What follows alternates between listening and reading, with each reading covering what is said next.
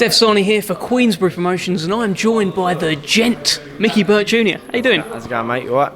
I'm alright. Good Christmas? Yeah, good Christmas. Ate a load of food. Yeah. Got fat. Usual Christmas, isn't it? It's incredible. You say you got fat. You look in tremendous shape. So you're not like a normal guy. Yeah. No, for normal people, I haven't got fat. But like for boxing terms, I've got fat. Did you train at all over Christmas and New Year?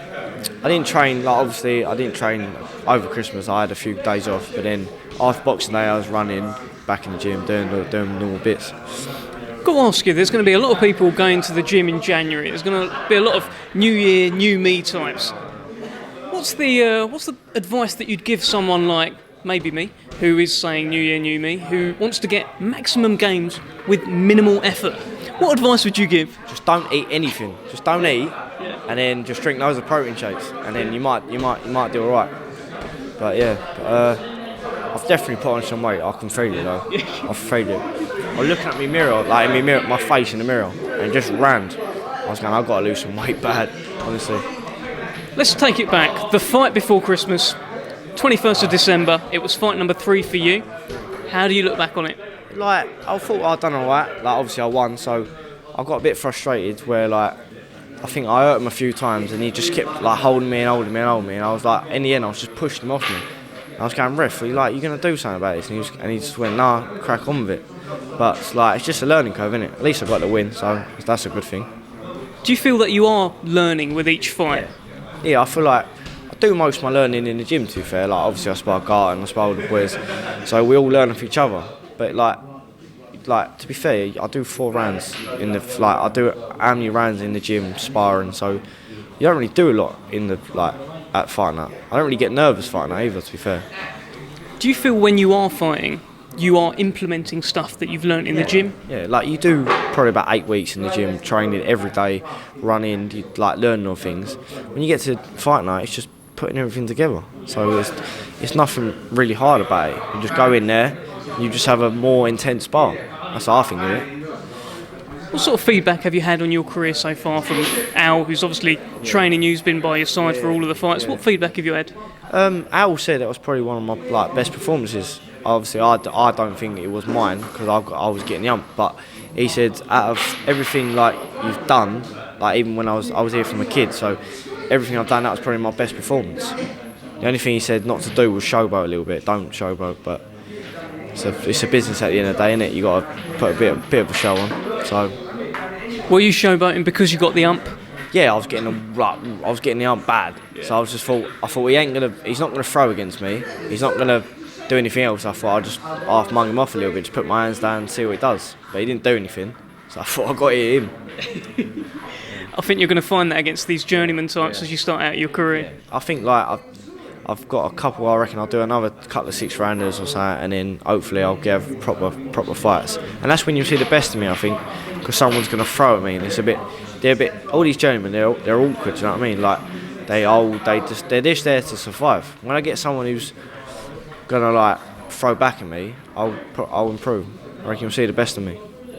Speaking about proper fights, now you don't have to talk about this, right? But a little birdie has told me that you've had a proper fight in the gym with a certain Florian Marku, and you were sparring, and it got a little bit tasty, got out of hand. Do you want to talk about that?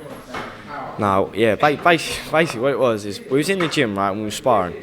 And I'm all I'll spar anyway, don't bother me. But you have respect at the end of the day. We're all fighters, we all do the same thing, so we all respect each other. With him, he come in, he was an hour and a half late for one, so I was laying there. Then he come in and he didn't even want to warm up, so he just wanted to jump in and front. So obviously I was cold. So then he started doing making all noises and pushing my head down and pulling my arm and headbutting me, doing I thought this fucking this geezer, honestly, he's come to our gym, so I've got the ump. Anyway, at the end of the round, he pushed my head down, so I got up and pushed him. Then he punched me twice, so I thought I can't punch him, I might as well do something. So I headbutted him. Then the gloves come off and it all kicked off a little bit more. But yeah, that's the end of the story. You got separated and then I got sent away like a little kid, but.